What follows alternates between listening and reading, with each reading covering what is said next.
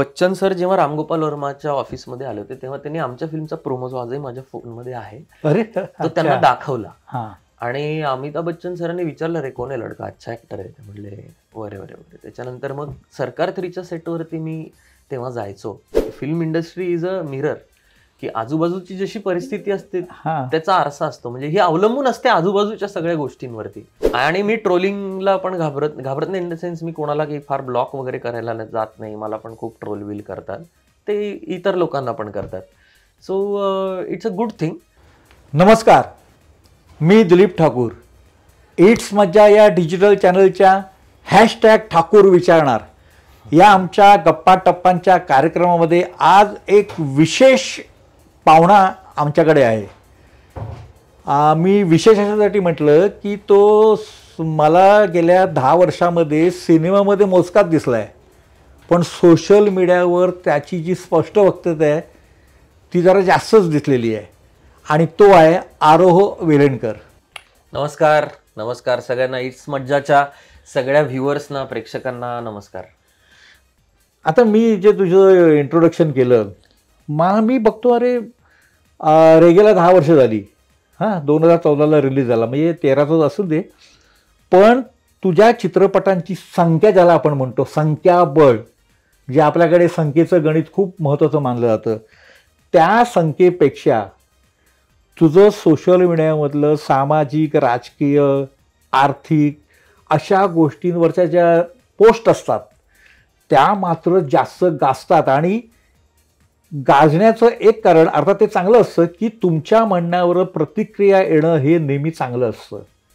ते हा बॅलन्स कसा काय, म्हणजे तू पहिला काय आहे, स्पष्ट वक्ता आहे की कलाकार आहेस? स्पष्ट वक्ता तर मी आहेच, म्हणजे पहिल्यापासून. म्हणजे मी इंजिनियर आहे. म्हणजे मी या क्षेत्रात यायच्या आधी कॉलेजमधनं इंजिनिअरिंग करून जॉब बी बरीच ती एक वेगळी स्टोरी. पण तुमच्या प्रश्नाची 2 उत्तर आहेत. त्यातला पहिला आहे, एकतर 10 वर्षात मोजकेच सिनेमे का, ह्याचं एक उत्तर. आणि दुसरं, तू स्पष्ट वक्ता आणि तुझी राजकीय मतं हे वाटतं. तर पहिल्यापासून मी स्पष्ट वक्ता आहेच. पुण्याचा असल्याने, पुण्याचा आणि इन जनरल स्वभाव असतो माणसाचा. माझ्या आजूबाजूचे लोक, माझ्या घरचे पहिल्यापासून असेच आहेत. तर मी पहिल्यापासून असाच आहे. आणि राजकीय दृष्ट्या पण कसं, सेलिब्रिटी असल्यामुळे थोडं जेव्हापासनं, एस्पेशली मी म्हणेन की लॉकडाऊनच्या आधीचा काळ आणि मागची 4-5 वर्ष जेव्हापासून ट्विटरवर मी जास्त ऍक्टिव्ह झालो, तेव्हापासून मला वाटतं लोकांना जास्त हे जाणवलं किंवा कळलं. कारण राजकीय मतं मी माझी फेसबुकवरती मांडत आलेलो आहे अगदी 2000 जेव्हापासून मी वापरतो तेव्हापासून. पण थोडं जसं मी लोकांना माहीत झालो, थोडी माझी पॉप्युलॅरिटी वाढली, तर त्या मतांना थोडंसं मीडियाने अटेन्शन द्यायला चालू केलं. कारण मी 2014ला पण मी एक भाजपची जाहिरात केलेली. आणि काही असं हे नाही, कारण मला पर्सनली वाटतं की निवडणुका असतील ना, तर फक्त तुमच्या विचारसरणीबद्दल बोलून सोशल मीडियावर व्यक्त होऊन नाही चालत. तर ऍक्च्युअल काहीतरी त्याच्यासाठी तुम्ही काहीतरी ऍक्टिव्हली कॉन्ट्रीब्युट पण केलं पाहिजे. हा मी पहिल्यापासून मताचा आहे. आणि फक्त मी नाही, माझं म्हणणं की तुम्हाला ज्याच्याविषयी वाटतं त्याच्याविषयी तुम्ही ते करायला पाहिजे. सो मी पहिल्यापासून ते करतच आलेलो आहे, आजही मी करतो, आधी केलेलं आहे.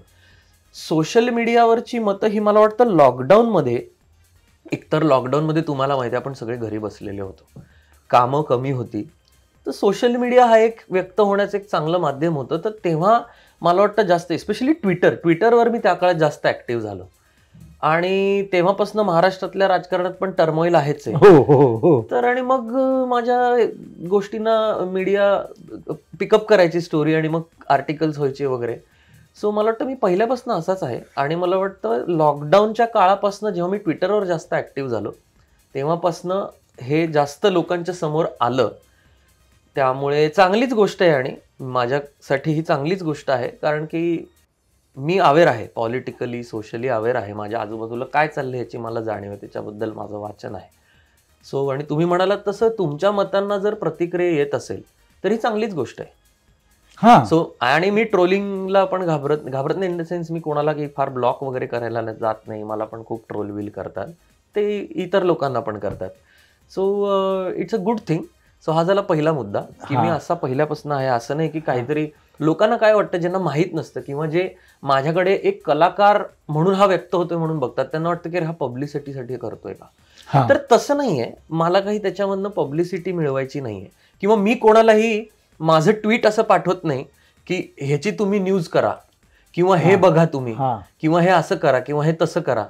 ओके, असं स्वतःहून मी अनलेस काही वेगळं कामा रिलेटेड असेल तर मी स्वतःहून काही असं माझं राजकीय मत पब्लिश करण्याच्या दृष्टीने काही एक्स्ट्रा एफर्ट्स घेत नाही. सो मला वाटतं की ते होतं ते होऊ देत, चांगलंच आहे.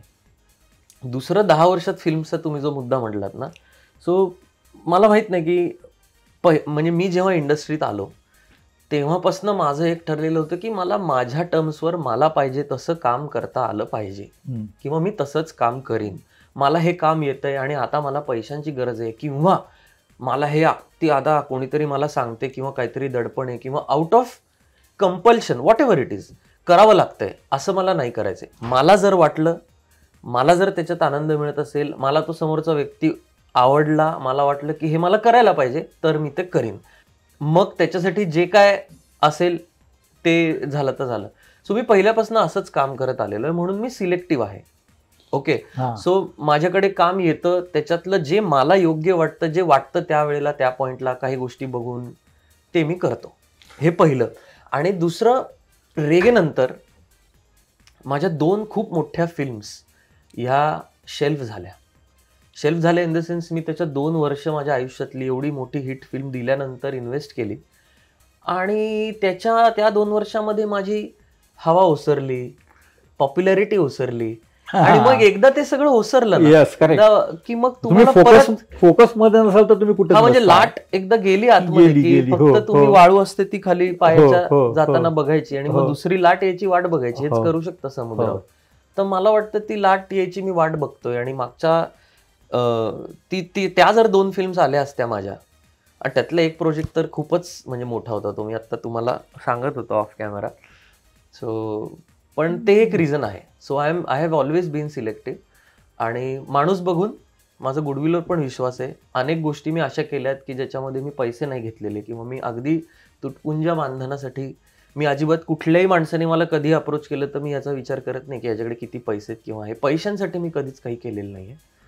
आणि सो आय थिंक जे काय ठोकताळे म्हणा तुम्ही, जे काय माझ्या कोड ऑफ कंडक्टमध्ये किंवा माझ्या पर्सनल याच्यात बसतं, त्या प्रत्येक प्रोजेक्टला त्या फिल्टरमधनं घालून मी कामं करत आलोय.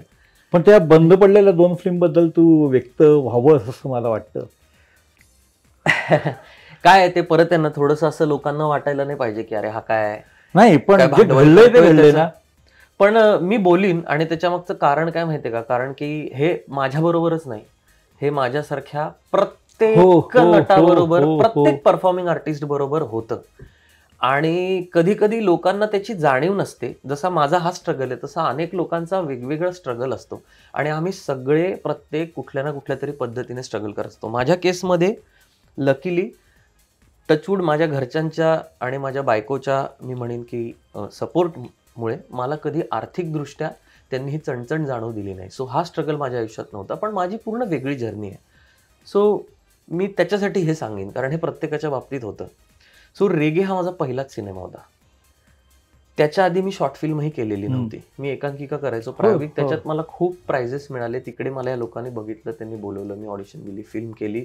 मला तेव्हा काहीच माहित नव्हतं. मला ना मॉन्टी शर्मा ना महेश लिमये काय, मग फक्त महेश मांजरेकर माहिती होते. सो तेव्हा माझ्या हातात माझ्याकडे काय आहे याची मला तेव्हा जाणीव नव्हती. माझ्या घरनं कोणालाही दूरदूरपर्यंत या क्षेत्राचा लवलेशही नाही की तू ही फिल्म आता तुझ्याकडे आहे बरं का, आता जाऊन लोकांना तू असा भेट, मग तू पोर्टफोलिओ कर, मग तू हे कर, मग तू ते कर, हे सांगण्यापासून नाही, एवढे पैसे घे, असा जा, असा स्ट्रगल, काही नाही. So it has always been मी.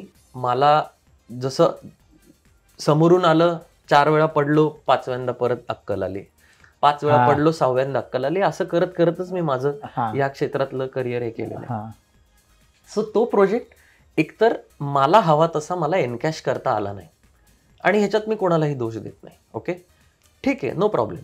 त्याच्यातनं खूप सारे अवॉर्ड्स वगैरे मिळाले. त्यानंतर एक प्रोजेक्ट मला असा आला होता ज्याच्यामध्ये मी रामगोपाल वर्मा सर प्रोड्युसर होते, विश्राम सावंत डिरेक्ट करणार होते आणि सरकार नावाची जी फिल्म आहे त्याचा प्रिक्वेल होता. तो हिंदी मराठी बायलिंग्वल प्रोजेक्ट होता मोठा आणि त्याच्यात बच्चन साहेबांचा रोल मी करत होतो. सुभाष नागरे ओरिजिनल ते जे आहे त्याचं यंगर व्हर्जन मी करत होतो. अरे वा, येस. आणि त्यावेळेला असं होतं की खूप मोठा प्रोजेक्ट होता. माझ्यासाठी तर होताच, पण इन जनरलच खूप मोठा प्रोजेक्ट होता. इतका की मला स्वतःहून त्यावेळेला ब्लिंग वगैरे अशा एजन्सीजने अप्रोच केलं होतं की तुम्ही आमच्याबरोबर या वगैरे वगैरे. आणि जनरली जेव्हा असा मोठा प्रोजेक्ट येत असतो ना, तेव्हा तुम्ही काय म्हणता की अरे आत्ताच एवढी मोठी हिट फिल्म आली आहे, तुला फिल्मफेअरसाठी हे होतंय, तुला दादासाहेब फाळके अवॉर्ड, झी महाराष्ट्राचा फेवरेट कोण मिळते आणि ही फिल्म तुझ्याकडे आहे, तर थांबूया ना अजून 1 वर्षभर ही येईपर्यंत, त्याच्यानंतर थोडं अजून तुला काहीतरी चांगलं. तर त्या 1-1.5 वर्षामध्ये मी त्याच्यासाठी थांबलो होतो आणि अनफॉर्च्युनेटली ती फिल्मच शेल्फ झाली फॉर सम रिझन. आणि शेल्फ झाली म्हणजे बंदच पडली. आम्ही 32 दिवस त्या फिल्मचं शूट केलं. उत्तम कास्ट सगळं. म्हणजे मला एक किस्सा तुम्हाला सांगायला आवडेल की त्यावेळेला सरकार 3चं कास्टिंग चालू होतं आणि अमित सातच्या रोलसाठी मी पण अंडर कंटेन्शन होतो आणि रामू सरांना माहीत होतं की मी ही फिल्म करतोय. तर बच्चन सर जेव्हा रामगोपाल वर्माच्या ऑफिसमध्ये आले होते तेव्हा त्यांनी आमच्या फिल्मचा प्रोमो जो आजही माझ्या फोनमध्ये आहे तो त्यांना दाखवला. आणि अमिताभ बच्चन सरांनी विचारलं, रे कोण आहे लडका, अच्छा ऍक्टर आहे? म्हणले वरे वरे वरे. त्याच्यानंतर मग सरकार 3च्या सेटवरती मी तेव्हा जायचो की खरा सुभाष नागरे. फिल्मिस्तानला शूट होतं गोरेगाव वेस्टला 2016 का 15 एंड अशी काहीतरी आता एक्झॅक्ट डेट नाही लक्षात. तर तेव्हा मी जायचो तिथे की खरा जो ओरिजिनल सुभाष नागरे तो कसं काम करतो, काय वर्किंग करतो, काय नाही. तर एक दिवस असा होता तेव्हा की this was the dream that I had and that I lived, की मॉनिटरवरती अमिताभ बच्चन सर काम करतायत, ओके, माझ्या शेजारी रामगोपाल वर्मा सर मॉनिटरवर ते बघतायत आणि त्यांच्या शेजारी SS राजामौली आणि R बल्के असे दोघं जण बसलेत आणि मी मॉनिटरवरती त्यांच्या इथे उभं राहून त्यांचं बोलणं ऐकतोय, अमिताभ बच्चन सर कसं काम करतायत बघतोय, ऑफ स्क्रीन ऑन स्क्रीन. असे मी काही दिवस हे काढलेले आहेत तिकडे. आणि तो प्रोजेक्ट गेला. त्याच्यात माझी अजून एक त्याच्याबरोबर एक मराठी फिल्म होती मोठी, व्हॉट्सअप ग्यानमा नावाची. खूप छान प्रोजेक्ट होता, मस्त प्रोजेक्ट होता, टायटल रोल होता माझा, स्टेलर अगदी ऑन्सॉम्बल कास्टिंग होतं, महेश सर होते परत त्याच्यामध्ये पण तोही बंद पडला. सो याच्यात 2 वर्ष गेली. आणि मग त्याच्यानंतर ती फिल्म होती त्याचे रणजित गुगळे हे होते EP, अभिमन्यू डांगे DOP होते, प्रसाद आणि स्वप्नील असे दोघं यंग डिरेक्टर्स होते. पण अगेन फॉर सम रिझन विचार नटांच्या कंट्रोलमध्ये नसतात आणि प्रत्येक स्टारची बंद पडलेल्या फिल्म वेगळ्या विषय वेगळे आणि सगळ्यांबरोबर होते, सगळ्यांबरोबर आहे. पण त्या रेगेनंतर हे 2 मोठे सेटबॅक्स बसल्यानंतर मला वाटतं की परत मग 2017 पासून फ्रॉम ऑलमोस्ट मी म्हणेन की स्क्रॅच असं नाही पण परत नव्यानेच सुरुवात केल्यासारखं होतं. मग त्याच्यात जे तुमच्याकडे येतं त्याच्यातलं मग तुम्ही जे तुम्हाला योग्य वाटतंय ते तुम्ही करता. सो अशी ती एक एकंदर प्रोसेस आहे. पण मला वाटतं की ते गरजेचं होतं माझ्या केसमध्ये, कारण की मी जो जनरली एखादा मुलगा मुंबईत आला, उद्या त्यांनी ठरवलं की मला ॲक्टर व्हायचं आहे, तर तो जो 7-8 वर्षाचा स्ट्रगल असतो तो मला वाटतं माझ्या पहिली हिट फिल्म दिल्यानंतर माझ्या आयुष्यात आला, ज्याच्यात मला खरं कळलं की इंडस्ट्री कशी आहे, लोक कसे वागतात, खरे कसे आहेत, कोण खरं कोण खोटं, कसा कॉन्ट्रॅक्ट करायचा, कशी लोक फसवतात, कसे पैसे मागायचे, कसे कॉन्ट्रॅक्टमध्ये क्लॉसेस टाकायचे, कसे पैसे न बुडवण्यापासून वाचायचं, कसे प्रोजेक्ट्सना नाही म्हणायचं किंवा काय व्हॉट जे काय असेल. तर मला वाटतं ते एक पुंजी आहे आणि मला असं वाटतं पॉझिटिव्हली बघतो मी या सगळ्या गोष्टींकडे. मी कधीच खचून बिचून जात नाही कुठल्याच गोष्टीने, की मला माझं आयुष्य काहीतरी अजून मोठं देईल आणि ही इंडस्ट्री अशीच आहे. इंग्लिशमध्ये म्हणे every dog has his day. Yes, प्रत्येक ऍक्टरच्या आयुष्यात त्याला त्याच्या वाट्याचं कोणी काढून घेऊ शकत नाही काही झालं तरी. सो ते येईल, you just have to be there. तर तसं आहे. आणि आय थिंक मी आता ह्या वर्षात जे फिल्म्स लाईंड अप आहेत माझे, मला वाटतं की कधी ना कधी तरी होईलच ना. असं तर थोडी आहे की मी इथेच आहे आणि अवेलेबल आहे, जसं तेव्हा होतो तितक्याच पॅशनने आजही काम करतो. लकीली या सगळ्या गोष्टींमुळे एक तर नक्की आहे ना की माझ्याबद्दल की हा चांगलं काम करतो असेच लोक बोलतात. कोणी असं म्हणत नाही की हा घाणेरडा ऍक्टर आहे बाबा, वाईट काम करतो किंवा असं तर नाही. बरं, तुझी आता तू कबीर खानची जी फिल्म करतोय, जे तूच सांगितलं, पोस्ट केलं, सांगितलं, मग त्या फिल्मचे काय डेव्हलपमेंट आहे आणि त्याच्यात स्पेशल काय? त्याच्यात स्पेशल म्हणजे ऍक्च्युली हा माझा पहिलाच हिंदी प्रोजेक्ट आहे. So Sajid Nadiadwala producer, Kabir Khan director, Kartik आर्यनचा त्याच्यात टायटल रोल आहे. सो माझी पण पहिली फिल्म आहे, त्याच्यात माझा छोटा पण खूप प्रॉमिनंट असा रोल आहे. सो त्याचं मी आत्ता अगदी फार असं रिव्हील नाही करू शकत. 14 जूनला रिलीज आहे, पण माझ्यासाठी again another big and important project. पहिलीच हिंदी फिल्म, पहिलं नेहमी स्पेशल असतं. सांगण्यासारखं एवढंच की ड्रीम टीम आहे खरं तर. म्हणजे जर तुम्हाला सुरुवात करायचीच असेल तर अशा प्रोडक्शनमधनं सुरुवात करावी, रोल कसा का असेल असं मला वाटतं. सो ती मी सुरुवात केली आहे, बघू आता त्याच्यातनं काय होतं. त्याबरोबर आमची महेश सरांची वीर दौडले 7 मोठी फिल्म आहे, त्याच्यात माझा त्या 7 पैकी एक मी आहे. अजून एक जीची मोठी फिल्म आहे, त्याच्यात माझा महत्वाचा रोल, मी आता सांगू शकत नाही. नाही, हरकत नाही. प्रवीण तरडे त्याचे डिरेक्टर आहेत. आणि आत्ता एक मी मराठी फिल्म शूट केली, अजून एक हिंदी वेब सिरीज येऊ घातली. सो चालू आहे काय काय. म्हणजे तुझं ट्रॅकवर आहे आता व्यवस्थित. ट्रॅक म्हणजे जे येतंय त्यातनं जे वाटतंय ते थोडं थोडं चालू आहे काहीतरी. तुला परत मागे नेतो थोडासा.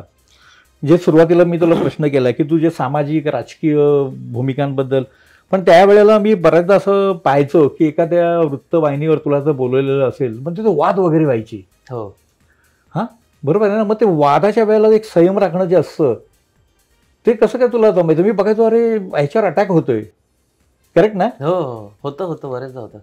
काय होतं ना, माझं ऑब्झर्वेशन असं आहे, अशा स्पेशली वृत्तवाहिन्यांमधल्या डिबेट्समध्ये वगैरे, जेव्हा समोरच्या व्यक्तीला तुम्हाला इंटेलेक्च्युअली काउंटर करता येत नाही ना, तेव्हा तो पर्सनली बोलायला लागतो. हा, एक्झॅक्टली. हा, आणि हे कळतं मला. मी म्हटलं तसं मला ना, एकतर मी पहिल्यापासून अशा ॲटमॉस्फिअरमध्ये वाढलोय की 5 मिनिटं नॉर्मल, त्याच्यानंतर सगळ्या राजकीय आणि करंट अफेअर्सवर आमच्या घरात गप्पा. तर कुठले, तुम्ही गुढीपाडवायला या, गणपतीत या, दसऱ्या दिवाळीत या, नाहीतर वाढदिवसाला या, आमच्या घरात 5 मिनिटं झाली की सगळी चर्चा ही आत्ता काय चाललंय ह्याच्यावरच येते. आणि वादविवाद होत असतात. मी पण शाळेपासनं डिबेट आणि ह्या सगळ्या नाट्य स्पर्धांमध्ये वगैरे भाग घेत असल्यामुळे थोडंसं तो आपल्याला कळतं की समोरचा माणूस काय इंटेन्शननी बोलतोय, काय बोलतोय, कुठे रिॲक्ट करायला पाहिजे, काय रिॲक्ट करायला पाहिजे. सो ते येतं. कधी कधी संयम नाही म्हणणार मी, पण कधी कधी तुम्हाला त्याच भाषेत काउंटरही करायला लागतं. जर अगदीच तुम्हाला कोणी कधी जास्तच जरा हे केलं तर तुम्हाला, जे मी करतो सोशल मीडियावर अधूनमधून, जर खूप अति झालं तर मी पण त्याच भाषेत उत्तर देतो. पण ते मला वाटतं येतं. म्हणजे की आता तू म्हणाला की तुझ्या घरामध्ये तुमच्या ज्या गप्पा चालतात राजकारणाविषयी वगैरे, तर गेल्या आपण महाराष्ट्राच्या राजकारणाचं घेऊया. जे फाटाफुटीचे प्रकार सुरू झाले म्हणजे कोरोना ओसरता तेव्हापासूनची चर्चा कशी आहे? तर त्या काळी तुम्ही सगळे कसे बघता की हे राजकारणात होणारच आहे की असं नको व्हायला? कारण ह्याच्यावर खूप प्रतिक्रिया उमटल्या या सगळ्या गोष्टींवर आणि आजही उमटत आहेत. मी सांगू का, आत्ता करंटली ह्या स्टेजला जे होत आहे ना, म्हणजे आत्ता जे सरकार आहे ह्या बाबतीत मी खूप पॉझिटिव्ह आहे. अच्छा, जेन्युइनली पॉझिटिव्ह आहे. म्हणजे मी जरी संघ विचारांचा आणि भाजपचा समर्थक, मोदींचा फॅन, देवेंद्रजी पण खूप आवडतात, त्यांचा मी असलो समर्थक, तरी सुद्धा मला असं वाटतं की महाराष्ट्राच्या दृष्टीने आत्ता जे घडतंय आणि देशाच्या दृष्टीने आत्ता जे घडतंय हे खूप योग्य आहे. कारण की तुमच्याकडे दुसरा कुठलाही व्हायबल ऑप्शन नाही. आणि ह्याला जनरली जेव्हा लोक हे म्हणतात ना, तेव्हा लोक असं म्हणतात की अरे पण बीजेपीने हे केलं ते केलं. माझं म्हणणं उलट आहे. बीजेपी राजकीय पक्ष आहे, तो काय NGO नाही आहे. त्यांचं एक काम आहे सत्ता मिळवणे आणि स्वतःचा पक्ष वाढवणे. तुमच्या पक्षामध्ये जर काही होत असेल आणि जर काही पॉलिटिकल इक्वेशन्स चेंज होत असतील तर याचा दोष दुसऱ्याला नाही द्यायचा. जसं माझ्या बाबतीत मी स्वतःला पण सांगतो, माझ्या करिअरमध्ये माझ्या आयुष्यात जे काय झालं याचा पहिला जबाबदार मी. मग दुसऱ्या गोष्टींना तुम्ही दोष द्या तर तुम्ही आयुष्यावरती व्यवस्थित. तसंच माझ्या बाबतीत हे वाटतं की आत्ता जे चाललंय ते खूप पॉझिटिव्ह वाटतं मला. I think everybody is on the right track. आता त्याच्यामध्ये एक मुद्दा आहे की हे फोडाफोडीचं राजकारण वगैरे, त्याच्यावर मला असं वाटतं की लोकांनाही मलाही सांगायचंय, माझं ओपिनियन असं आहे की राजकारण is like any other profession. फोडाफोडीचं राजकारण नवीन आहे का? नाही. काँग्रेसने केलं नाही का? केलं ना. यांच्यापेक्षा वरच्या लेवलवरती जाऊन केलं ना. It is just like any other profession. जसं आमच्या क्षेत्रात, आपल्या मीडिया एंटरटेनमेंट ह्या क्षेत्रामधले काही रूल्स आहेत, काही गोष्टी इकडे म्हणजे फिल्मच्या सेटवरती देर आर सम रूल्स. काही विशिष्ट प्रकारे तुम्हाला शूट करताना काम करावं लागतं, एक प्रोसेस असते, स्ट्रक्चर असतं. पैसे मागायचे असतील तर प्रोडक्शनकडे जावं लागतं, डिरेक्टरकडे नाही जाऊ शकत. नाही ना जाऊ शकत. नाही, exactly. There is a rule, unsaid rule. असं काही कोणी लिखित नाही, but it's a professional thing. Similarly उगाच राजकारण्यांना आपण एका मोठ्या हाय पेडिस्टलवर बसवतो कारण ते कॉन्स्टिट्युशनल पोझिशनवर असतात. But it is like any other profession. राजकारणात राजकारण्याला ह्या सगळ्या गोष्टी त्यावेळेच्या परिस्थितीला अनुसरून कराव्या लागतात. त्याच्या चूक बरोबर ह्या गोष्टींमध्ये फार अडकायचं नाही, कारण कोणीही धुतल्या तांदळाचं नाही. ही पण एक बाजू आहे. म्हणजे it is part of the profession ना. आई वडिलांना आणि राजकारण्यांना मला असं पर्सनली खूप वाटतं की आपण उगाच एका हाय पेडेस्टलवर बसवतो की त्यांच्याकडनं कधी चुकाच होणार नाहीत, त्यांनी नेहमी चांगलंच वागलं पाहिजे, ते नेहमी. म्हणजे कळलं ना तुम्हाला, एका मॉरल आणि अतिशय अशा वरच्या याच्यावर असं नाही, ते पण माणूसच आहेत, ते पण काम करतात, त्यांना पण ती मुभा आहे काही चुका करण्याची. सो त्या पुढापुढीच्या राजकारणावर माझं असं म्हणणं आहे की हे काही नवीन नाही. आत्ता जे करंटली झालेलं आहे, जे अरेंजमेंट आत्ता महाराष्ट्रात आहे, I am very positive about that thing for one simple reason, it is good for the state. आत्ता कोणाकडे आहेत का आमदार स्वतःचे, की ते स्वतःच्या ह्याच्यावर नाही ना, मग त्या ह्याच्यामध्ये जे आहे ते चांगलं आहे. आणि देवेंद्रजी, अजितदादा आणि एकनाथ शिंदे साहेब या तिघांचंही मला वाटतं की जर तुम्ही सगळ्या क्वालिटीज बघितल्या ना, तर they can deliver like anything. म्हणजे administratively, politically I think they are very astute and चांगले राजकारणी. म्हणजे चांगले इन द सेन्स की they are politicians like who can deliver. पण आता आपण असं बघतोय गेल्या काही म्हणजे निवडणूक जाहीर झाली आणि तरी पक्षांतरेच थांबत नाहीयेत. पण ते तर होतच ना, काही लोक इथे आले तर काही लोक इकडची तिकडे जातात, तिकडची इकडे येतात, ते तर काय आता आपण काय बोलणार. पण त्याच्यातून असं पण एक सिग्नल जातो ना की मतदारांना तुम्ही खूप गृहीत धरता. हो, पण मतदारांना गृहीत नाही वाटत मला. म्हणजे आता त्या जो माणूस इकडनं तिकडे जातो आणि तिकडनं इकडे येतो, निवडणूक जाहीर झाली आहे, उमेदवार ठरतायत, प्रचारही सुरू झालाय आणि अशातही तुमचं पक्षांतर चालू आहे. पण तेच म्हणतोय ना, असं असेल तर मतदारच ठरवणार आहेत ना त्यांना हे आवडतंय का नाही आवडतंय.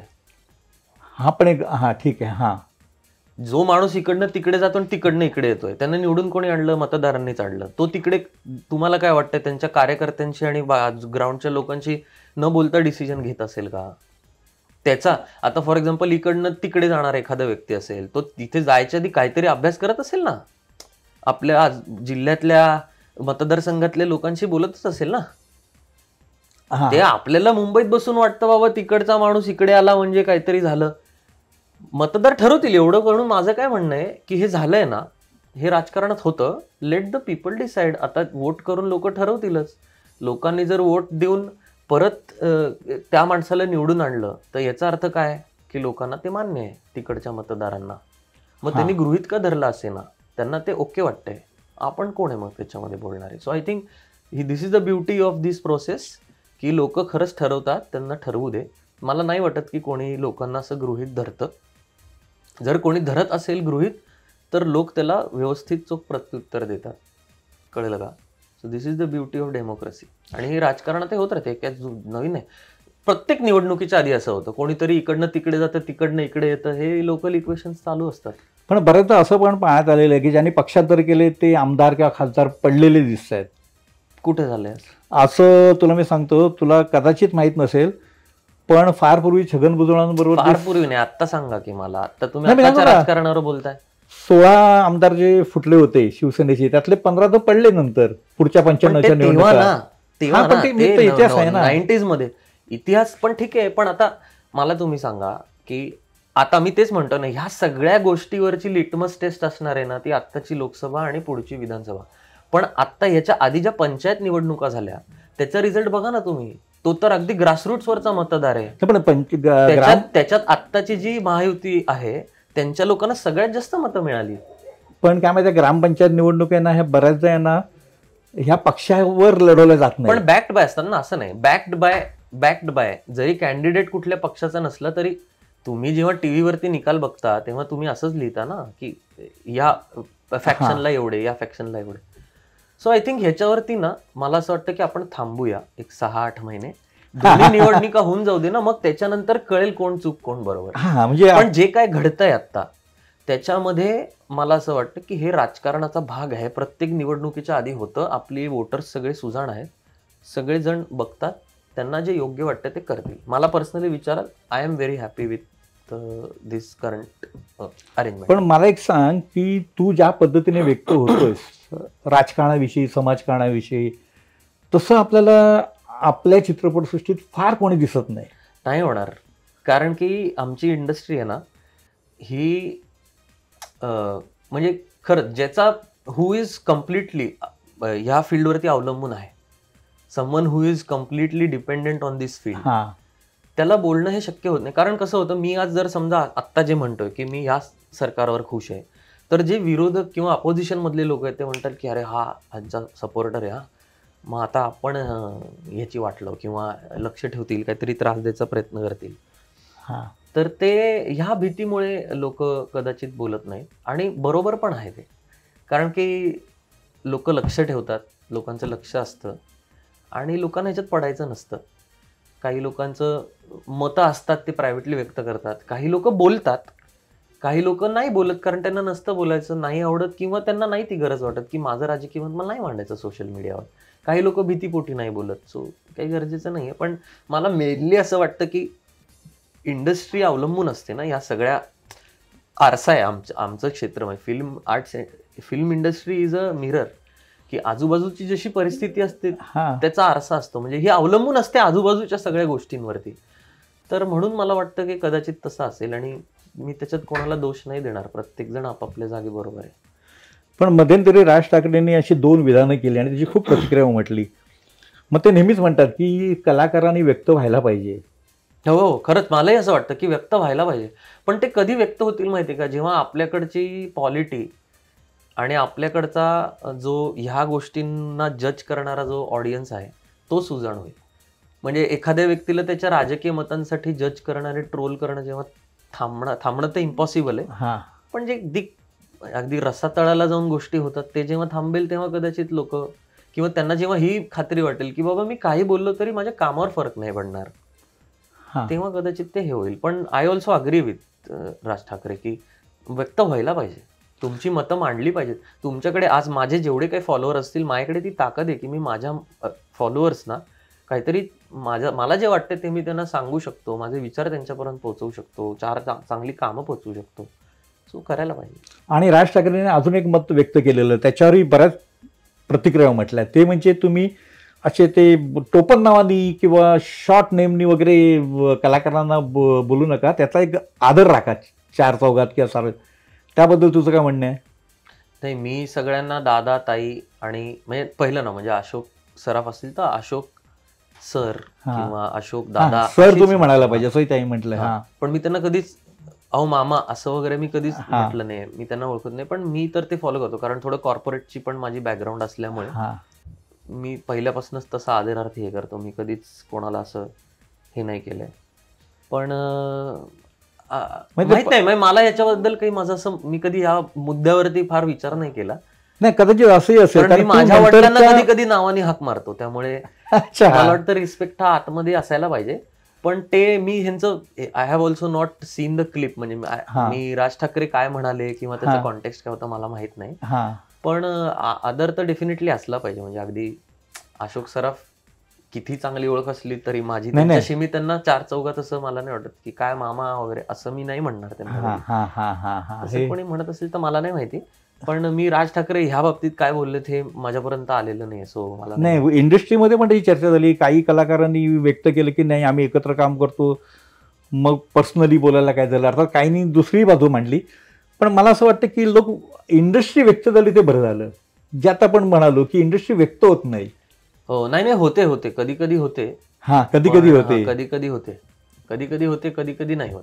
पण तुमच्या सेटवर वगैरे अशा गप्पा होतात या सगळ्या गोष्टींबद्दल? खूप होतात. मला वाटतं 2014 नंतर ह्याला खूप उदाहरण आलंय. हे पण हे लोक मिस करतात. तुम्हाला माहितीये का, माझं ऑब्झर्वेशन सांगतो की आजच्या घडीला जेवढे डिबेट्स होतात ना इश्यूजवर, तेवढे आधी होत होते का? लोकसभेत समजा एखादं बिल पास झालं तर सेट बीटवर चर्चा होतात. हा जो डायलॉग आहे ना, हा कितीही लोकांना आवडत नसलं, लोकांना असं वाटत असलं अरे हे पोलरायझेशन वगैरे नाहीये, हे गरजेचं आहे, हे व्हायला पाहिजे, तर हे अवेअरनेस पण खूप वाढलं आणि होतात ना सेटवर अगदी सर्रास गप्पा होतात. पण थोडंसं त्याच्यामध्ये कधी कधी काही लोक असतात ते पर्सनली घेतात. तसं नाही व्हायला पाहिजे. राजकीय मत हे पर्सनल आहे, हे ज्याचा त्याचा प्रश्न आहे आणि तुम्ही तो रिस्पेक्ट करून समोरच्याची मतं ऐकून घेतली पाहिजेत आणि रेसिप्रोकेट पण केलं पाहिजे. म्हणजे फॉर एक्झाम्पल आता माझे जे खूप चांगले मित्र आहेत ना, मी स्वतः आपण म्हणूया की राईट विंगचा आहे, तर लेफ्ट विंगचे मित्र आहेत, पण आम्ही एकमेकांची मजा करतो इन द सेन्स की अरे काय तुमच्या राज्यात काय, मग ते म्हणतात अरे तुला काय वगैरे वगैरे वगैरे.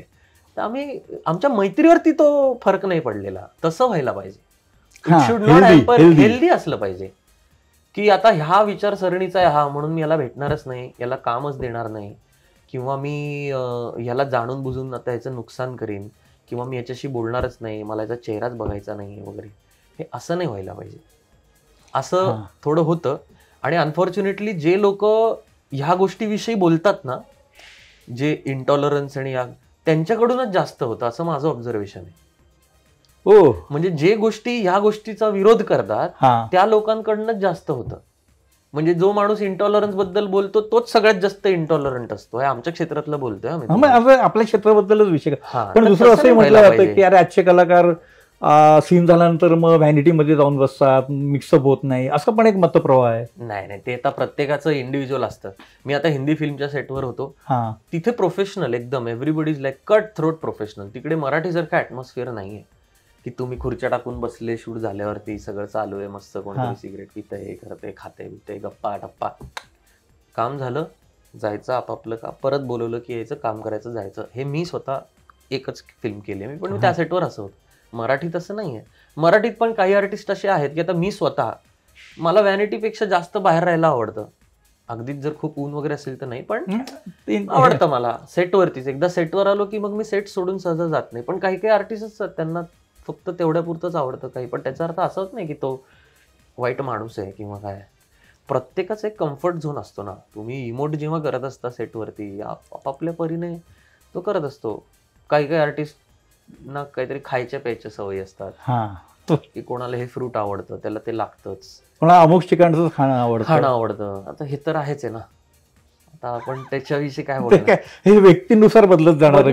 त्यांनी काही असं हे बदललं नाही. मराठीमध्ये आहे अजूनही, मला वाटतं की एक घरोबा आहे ऍटलिस्ट सेटवरती, की आहे अजून. लोक एकमेकांना धरून असतात सेटवरती, गप्पा टप्पा होतात छान. It is not as professional as Hindi. Comes with its own disadvantages and advantages. आलं का लक्षात? पण आहे असं थोडं अजूनही, ते चांगलं आहे. परंतु आता सिनेमा स्वीकारताना आणि नाकारताना काय तुझी पद्धत आहे आताची, मी आता हे 10 वर्षानंतर? पहिले तर माझा रोल, मी लीड रोल आहे का नाही बघतो, स्क्रिप्ट बघतो, मी कोणाबरोबर असोसिएट होतो हे बघतो. इन द सेन्स डिरेक्टर कोण आहे त्यांच्याशी बोलून त्यांनी आधी काय केलंय, प्रोड्युसर कोण आहे त्यांच्याकडे खरंच पैसे आहेत का, महत्वाचं. त्याच्यानंतर फिल्म मध्ये अजून कोण आहे, म्युझिक कोण करतंय, यु नो, आणि या सगळ्या एकूणच तू सराउंडिंग असा विचार करून सर्वांगीण विचार करायचा. मग कधी कधी काय होतं की स्क्रिप्ट थोडीशी 19-20 असते पण माणसं चांगली असतात, पैसे द्यायला तयार असतात. कधी कधी स्क्रिप्ट खूप छान असते पण बाकीचे काही इश्यूज असतात, बजेट कमी असतं. सो हे आहे काय म्हणतात, प्रत्येक स्क्रिप्टचे काही प्लसेस आणि मायनसेस असतात. तुला 100% असं काही मिळणार नाही मिळणार. थोडंसं त्यातलं जे आहे बेस्ट ते आता 100% म्हणाल तर मला फनरल रेगे हे 2 प्रोजेक्ट मला मी समजतो, ज्याला एकाला नॅशनल अवॉर्ड. करेक्ट आहे. तर तसं मी काहीतरी शोधतोय आता आणि ते मिळणार. आणि मग नाही बोलताना डायरेक्ट नाही? हो, मी डायरेक्ट बोलतो. म्हणजे मला असं नाही आवडत की माझ्याकडे डेट्स नाही येतो आणि मग माझ्याकडे ना, किंवा मग काहीतरी उगाचच आवाच्या सवा पैसे सांगायचे की तो समोरचाच माणूस आपल्याकडनं येणार नाही. त्याच्यापेक्षा खरं कारण सांगायचं की सर आता मला नाही शक्य होणार आहे आणि हे कारण आहे.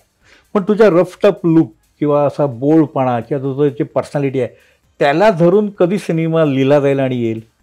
मी जेव्हा परत एखादी हिट फिल्म देईन ना रे सारखी, तेव्हा असं मला वाटतं. 10 वर्ष तर थांबलो ना आम्ही. हो, मग अजून थांबायला काय हरकत आहे? मी तू लहानच आहे. मी काही आता म्हातारा नाही. खरा कलाकार कधीच म्हातारा होत नाही. 32 नंतर खरं तर एका मेल आर्टिस्टचं करिअर सुरू होतं. प्राईम असतो. पुढची 10 वर्ष I think these are my prime years. So I think it will happen. मी म्हटलं ना, मला काही घाई नाही. I am very patient, I am ready to wait. जेव्हा यायचंय माझ्या वाटेला तेव्हा ते येईल. त्याच्यासाठी मी तरी प्रयत्न करतोय. जेव्हा कुठल्या एखाद्या दिग्दर्शक प्रोड्युसरला वाटेल की अरे ह्या रोलसाठी हा रोल उत्कृष्ट आहे आणि ती फिल्म जेव्हा येईल आणि तेव्हा खूप जेव्हा चांगलं होईल तेव्हा येईल, आणि ते लवकरच येईल हे मी तुम्हाला सांगतो. बरं, बराच वेळ मी बघतोय तुझं ते हे ते शांत काय काय काय आहे ते, काय बिझनेस आहे तो?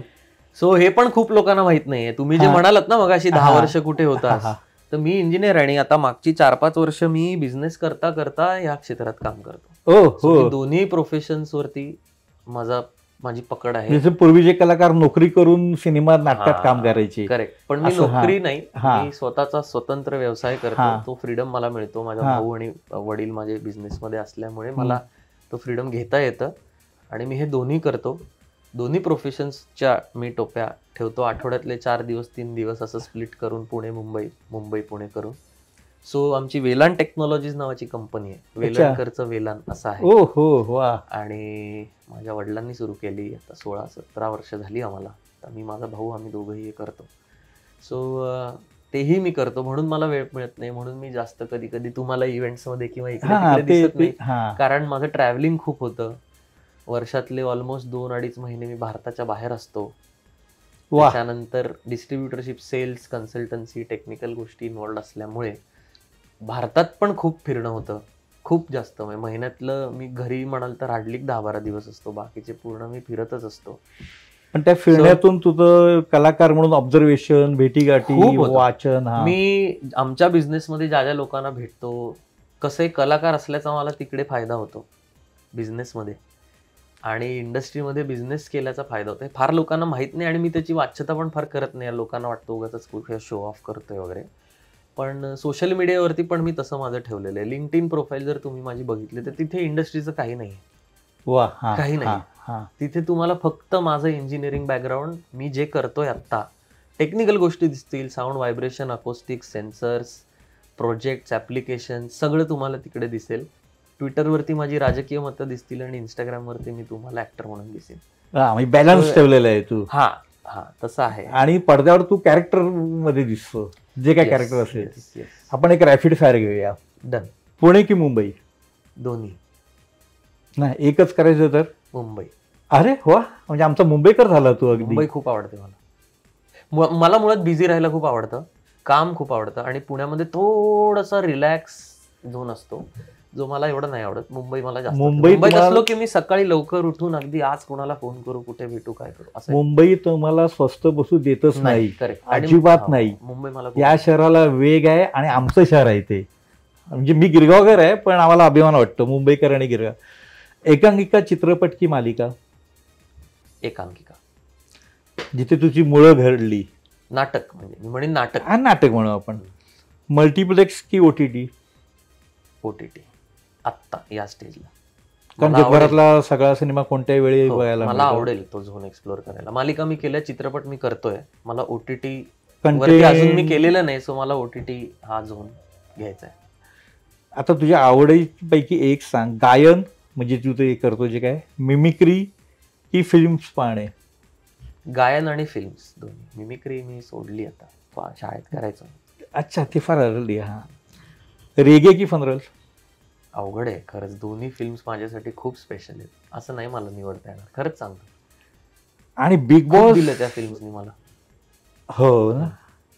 अच्छा, बिग बॉस स्पेशल मध्ये तू जे काय सगळं हे अनुभवलं, त्याचं आता काय त्याच्यातून आलास का बराचसा बाहेर, म्हणजे वैचारिक दृष्ट्या वगैरे असा? हो, बिग बॉस मधून बाहेर पडलो मी. बिग बॉसचं एकच काय झालं डिसएडव्हान्टेज, त्या शोची ऍक्च्युअली तो ग्रेटनेस पण आहे आणि त्याचा डिसएडव्हान्टेज पण आहे की छप्पा लागतो तुमच्यावर बिग बॉस केल्यावर, की बिग बॉस मध्ये गेला होता.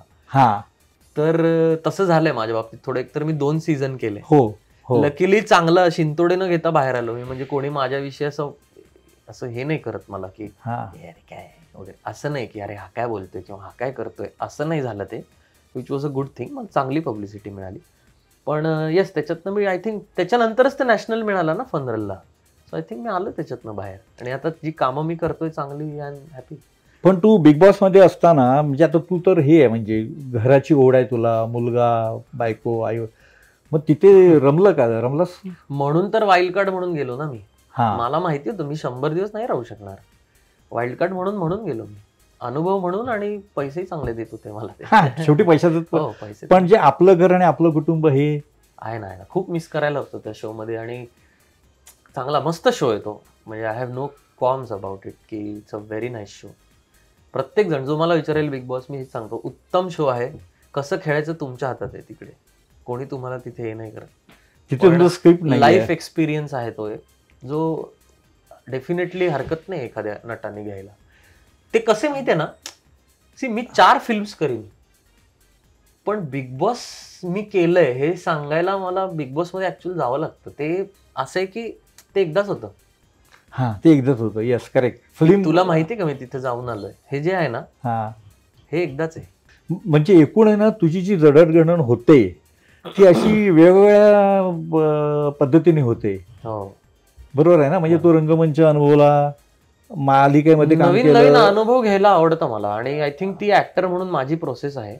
नवीन लोकांना भेटणे, नवीन लोकांशी बोलणे, त्यांच्या गोष्टी समजून घेणे, 4 नवीन गोष्टी करणे. मी मालिका करून बघितली, मी बिग बॉस करून बघितलं, मी नाटक केलंय, नाटक करेन, फिल्म्स करतोय, मी बिझनेस पण करतोय. त्यातही वेगवेगळे प्रयोग मी आयुष्यात. आता माझ्या तब्येतीवर बघाल तर तुम्ही, मी दर 6 महिन्यांनी काहीतरी वेगळा लुक. बारीक होतो मी, मागचा 1-1.5 वर्ष बारीक होतो. आता मी थोडासा जरा परत एकदा 6 पॅक्स वगैरे केलेत. माझं हे पण चालू असतं. सो ते चालू असतं, त्याच्याशिवाय मला किक नाही मिळत. किक शब्द महत्वाचा आहे आणि ह्याच याच्यावर आपण आपल्या गप्पा थांबूया. तर हा होता आरोह वेलणकर. तू आज इकडे इतका दिलखुलासपणे बोललास आणि काही एक्सक्लुझिव्ह माहिती सांगितली जी म्हणजे ती खरं म्हणजे लोकांपर्यंत पोहोचायलाच पाहिजे की तू रामगोपाल वर्माच्या त्या विक्रम सावंत दिग्दर्शित सरकारच्या प्रिक्वेलमध्ये वगैरे काम करत होता. अशी माहिती हा एक एक्सक्लुझिव्ह टच आहे. हॅशटॅग ठाकूर विचारणार यामध्ये पुढचे पाहुणे कोण आहे याबद्दल तुम्हाला नक्कीच उत्सुकता असणार आणि त्यामध्येही आरोह वेलणकरने ज्या पद्धतीने मोकळेपणाने बऱ्याच नव्या गोष्टी सांगितल्या त्या नव्या गोष्टी देण्याचा आमचा नक्कीच प्रयत्न राहील. धन्यवाद. Thank you so much. इट्स मज्जाच्या सर्व प्रेक्षकांना नवीन वर्षाच्या आत्ता जस्ट पाडवा झालाय. सगळ्यांना हार्दिक शुभेच्छा आणि एवढंच सांगेन, व्यक्त व्हा. मराठी चित्रपटसृष्टीतील लेटेस्ट अपडेट्स आणि गॉसिपसाठी आमच्या चॅनेलला सबस्क्राईब करा आणि बेल ऐकन दाबायला विसरू नका.